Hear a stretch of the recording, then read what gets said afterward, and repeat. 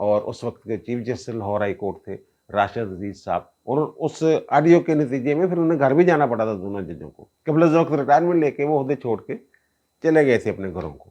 تو اس میں supreme court نے ریمانڈ کیا تھا کیس۔ سپریم کورٹ نے یہ کہا تھا کہ جناب اس آڈیو کو ہم شہادت کے طور پہ نہیں لے رہے، لیکن جو جج صاحب کا تعصب ہے وہ تیرتا ہوا سطح پر، فیصلے کی سطح پہ تیرتا ہوا نظر آ رہا ہے۔ تو انہوں نے پھر وہ کیس سیٹ سائڈ کر دیا تھا، فیصلہ لاہور ہائی کورٹ کے ڈویژن بینچ کا، اور پھر وہ ریمانڈ کر دیا تھا کہ دوبارہ سنا جائے۔ وہ کہتے ہیں اس پریسیڈنٹ کی روشنی میں یہ ریمانڈ کا سیدھا ریمانڈ کا کیس ہے، میرٹس پہ جانے کی ضرورت ہی نہیں ہے، چند دنوں میں نمٹایا جا سکتا ہے۔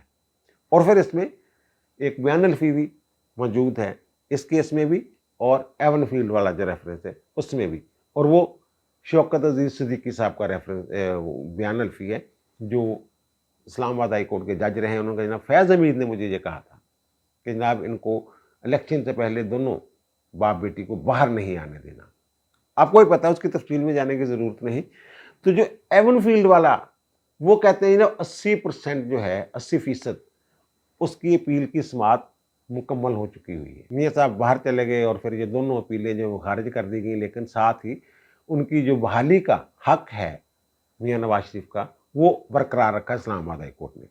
وہ یہ کہتے ہیں کہ اس کیس میں ایون فیلڈ ریفرنس میں دو جو شریک ملزمان تھے کیپٹن صفدر اور مریم نواز، وہ دونوں بری ہو چکی ہوئی ہیں۔ اب شریک ملزم اگر بری ہو جائیں تو جو مرکزی ملزم ہے اس کی بریت کے چانسز 99% ہوتے ہیں، وہ وکیل کہہ رہے ہیں۔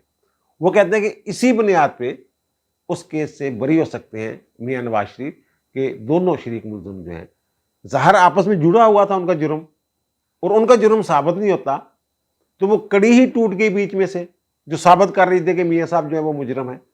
ویسے بھی میاں صاحب کا پاناما میں تو نام ہی نہیں تھا، وہ تو ان کے بچوں کے بیٹوں کے نام تھے۔ بہرحال انہوں نے پکڑ لیا جیسے ہی پکڑنا تھا، جیسے بھی بنانا تھا، جی آئی ٹی بنا بنو کے جو بھی کر کرا کے۔ وہ یہ کہتے ہیں کہ یہ والا کیس بھی جو ہے نا ایون فیلڈ والا، یہ بھی مکڑے کے قریب ختم ہو جائے گا، اور یہ کہتے ہیں دنوں کی بات ہے، کیونکہ 2018 سے یہ اپیل پینڈنگ ہے اور 5 سال ہو گئے ہیں اس اپیل کو پڑے ہوئے، تو اب اس کی ویسے بھی میرٹ پہ بھی باری بنتی ہے کہ اس کو سنا جائے۔ وہ یہ کہتے ہیں کہ العزیزیہ اور ایون فیلڈ ریفرنس میں جو اپیلیں ہیں شاید میرٹس پہ دلائل دینے کی ضرورت نہ پڑے۔ میرٹس یعنی حالات و واقعات، کیس کے جو حالات و واقعات ہوتے ہیں اس پر شاید بحث کی ضرورت ہی نہیں ہے بقول ان کے۔ وہ کہتے ہیں کہ دوسرا مٹیریل اتنا زیادہ موجود ہے کہ تک نال سزا دیتی گئی سی، یہ سزا بندی ہی نہیں سی۔ وہ شہادتیں اگر اپیل میں کنسیڈر کر لی جاتی ہیں جو سامنے آ چکی ہوئی ہیں تو پھر یہ دنوں کے کیس ہیں بقول ان کے، اور یہ اگر ظاہر بری ہو جاتے ہیں تو پھر ان کی نہلی جو ہے ان دو مقدمات میں وہ تو گئی، وہ تو ختم ہوگی۔ اب رہ گیا 62(1)(f) والا معاملہ۔ وہ یہ کہتے ہیں کہ سپریم کورٹ بار ایسوسی ایشن کی ایک درخواست پینڈنگ پڑی ہوئی ہے ابھی تک سپریم کورٹ میں، جس میں انہوں نے 62(1)(f) کی تشریح کے لیے فل کورٹ تشکیل دینے کی استدعا کر رکھی ہے کہ جناب ایک فل کورٹ بنائی جائے۔ وہ جو 62(1)(f) والا فیصلہ تھا، پہلے والا جو فیصلہ تھا وہ آئین سے متصادم ہے۔ وہ میں یہ بتاؤں کہ وہ نظر ثانی کی درخواست نہیں ہے، وہ انڈیپینڈنٹ ایک درخواست ہے الگ سے کہ 62(1)(f) کی تشریح جو ہے فل کورٹ بیٹھ کے کرے۔ اور اس میں جو ہمارے موجودہ چیف جسٹس ہیں وہ آئین کے آرٹیکل 184 سب آرٹیکل 3 کے تحت جو ڈائریکٹ درخواستیں جاتی تھی نااہلی کے لیے اس پر اپنے تحفظات کا اظہار کر چکے ہوئے ہیں۔ خاکوانی والے کیس میں اور شیخ رشید والے کیس میں وہ مختلف نکات اٹھا چکے ہیں جن کا فیصلہ ہونا چاہیے۔ وہ کہتے ہیں، وہ یہ کہتے ہیں کہ جناب 184 سب آرٹیکل 3 کے تحت جو ڈائریکٹ آ جاتے ہیں لوگ ارکان اسمبلی کو نہل کروانے کے لیے، دیکھنا یہ ہے کہ کیا وہ درخواستیں قابل سماعت ہیں بھی یا نہیں ہیں، ایک، اور دوسرا یہ کہ کیا سپریم کورٹ ڈائریکٹ کسی کو آرٹیکل 62(1)(f) کے تحت نہل کر سکتی ہے تاحیات، یہ بھی دیکھنے والی چیز ہے۔ اب جج صاحب بھی اپنا نقطہ نظر دے چکے ہوئے ہیں، اور ان کی ایک درخواست جو ہے سپریم کورٹ بار ایسوسی ایشن کی وہ بھی ابھی تک پینڈنگ پڑی ہوئی ہے۔ اب اگر اس پہ فل کورٹ بن جاتی ہے اس درخواست پہ، ویسے تو انہوں نے کہا ہے چیف صاحب نے کہ جب تک supreme court practice and procedure act کا فیصلہ نہیں ہو جاتا اس وقت تک 184 سب آرٹیکل 3 کے تحت جو درخواستیں ہیں وہ سماعت کے لیے نہیں لگائی جائیں گی. اور 9 اکتوبر کو کل supreme court practice and procedure act کا جو چیف صاحب نے کہا تھا کہ آخری دن سماعت ہوگی اور اس کے بعد ہم اپنا فیصلہ سنا دیں گے. اس کے بعد اگر سپریم کورٹ بار ایسوسیشن کی درخواست جو ہے وہ سماعت کے لیے لگ جاتی ہے اور فل کورٹ بیٹھ جاتی ہے، ان کے وکلا کا یہ خیال ہے کہ آئین کے آرٹیکل 62(1)(f) کی جو تشریح ہے، ان کے وکلا کا یہ خیال ہے کہ وہ نئے سرے سے ہو جائے گی اور وہ تاحیات نہلی والی جو بات ہے وہ ختم ہو جائے گی. اور دوسرا جو میں نے کہا نا کہ وہ بہت سارے لوگ یہ کہتے ہیں جناب جب ایک دفعہ سپریم کورٹ فیصلہ دے چکی ہوئی ہے اور نظر ثانی کا بھی فیصلہ کیا جا چکا ہوا ہے، نظر ثانی بھی مسترد ہو چکی ہوئی ہے، تو پھر یہ نئے سرے سے اس کیس کی سماعت کیسے ہو سکتی ہے؟ اس کی میں مثال آپ کے سامنے رکھ دیتا ہوں. خواجہ آصف کیس بڑا مشہور ہے. اس میں جو چیف جسٹس تھے اس وقت فرحان محمد چودھری، ان کی سربراہی میں 3 رکنی بینچ تھا. گلزار صاحب تھے اور اعجاز چوہدری صاحب تھے. 3 رکنی بینچ تھا. انہوں نے جو نگران حکومت ہے وہ دیہات ٹائٹ کر کے بند دیتے تھے، خالی اسامیوں پہ بھی تقرر کرنے کا اختیار نہیں تھا. وہ کہتے تھے کوئی اختیار ہی کوئی نہیں یار، جو نگران حکومت ہے. اس طرح کی وہ ججمنٹ دے دی تھی. اور اس کا ایک میں دلچسپ واقعہ بھی سنا دوں. جب وہ ججمنٹ لکھی گئی تو افتخار محمد چودھری نے وہ ججمنٹ لکھی اور جسٹس گلزار اور جسٹس اعجاز چوہدری کے پاس بھیجی، پڑھ لیں جناب، سائن کر دیں. انہوں نے جب اس کا جائزہ لیا انہوں نے کہا جناب یہ تو بہت افتخار چوہدری صاحب نے پتہ نہیں کیا اپنی دل سے جو دل میں آیا لکھ دیا ہے، یہ تو پھر نگران حکومت کام ہی نہیں کر سکتی. تو انہوں نے یہ کہا کہ جناب ہم تو اس جو آپ نے ججمنٹ لکھ کے بھیجی ہے اس پہ دستخط نہیں کریں گے. تو انہوں نے کہا جناب کیا اس میں کیا؟ انہوں نے بتایا جناب یہ غلطی ہے، یہ غلطی ہے، یہ غلطی ہے، یہ پیراگراف غلط ہے، یہ پیراگراف غلط ہے، ہم تو اس سے اتفاق نہیں کرتے. تو افتخار محمد چودھری نے کہا کہ جناب ٹھیک ہے آپ اپنی الگ ججمنٹ لکھ لیں. اب جب وہ ججمنٹ لکھ رہے تھے تو افتخار محمد چودھری صاحب سے واپس آ گیا فیصلہ جو تھا، جو انہوں نے پہلے لکھا تھا اس میں ترمیم کر کے جو ججوں کے اعتراضات تھے وہ کافی حد تک انہوں نے نکال دیے بیچ میں سے اور پھر انہوں نے سائن کر دیے. یہ خواجہ آصف کیس کی میں بات کر رہا ہوں. اس کے بعد ایک اور کیس آتا ہے انسپیکٹر غلام رسول کا کیس. وہ بھی اسی نوعیت کا کیس تھا جس نوعیت کا خواجہ آصف کا کیس تھا، اسی نوعیت کا کیس انسپیکٹر غلام رسول کا کیس تھا. اس میں کون سا بینچ تھا؟ اس میں تھے ناصر ملک صاحب، اعجاز چوہدری صاحب اور امیر ہانی مسلم صاحب. 3 رکنی بینچ تھا. انہوں نے انسپیکٹر غلام رسول والے کیس میں جو خواجہ آصف والا کیس تھا اس میں جو آبزرویشن تھیں اور جو رہنما اصول تھے اور جو ہدایات تھیں وہ اڑا کے رکھ دیں. یہ تو لکھا انہوں نے کہ ڈے ٹو ڈے افیئر چلانے ہوتے ہیں نگران حکومت نے، لیکن بہت سارے اختیارات بھی تفویض کیے انسپیکٹر غلام رسول والے کیس میں. اس میں بھی بڑا رولا پڑا جناب. یہ دیکھیں ایک ججمنٹ کے ذریعے دوسری ججمنٹ کو ریویو کر دیا گیا ہے. تو اسی طرح اس دو کیسوں کی میں نے مثال دی ہے. فل کورٹ بیٹھ سکتی ہے باوجود اس کے کہ سپریم کورٹ پہلے ایک فیصلہ دے چکی ہے، اس کے خلاف نظر ثانی کی جو درخواستیں تھیں وہ بھی مسترد ہو چکی ہیں. پھر بھی جو ڈائریکٹ درخواست ہے یعنی کہ آرٹیکل 184 سب آرٹیکل 3 کے تحت، وہ جو میں نے خواجہ آصف اور انسپیکٹر غلام رسول والے مقدمات کا حوالہ دیا ہے، تو اس نظیر کی روشنی میں عصر نو آئین کے آرٹیکل 62(1)(f) کا جو ہے اس کی تشریح کی جا سکتی ہے.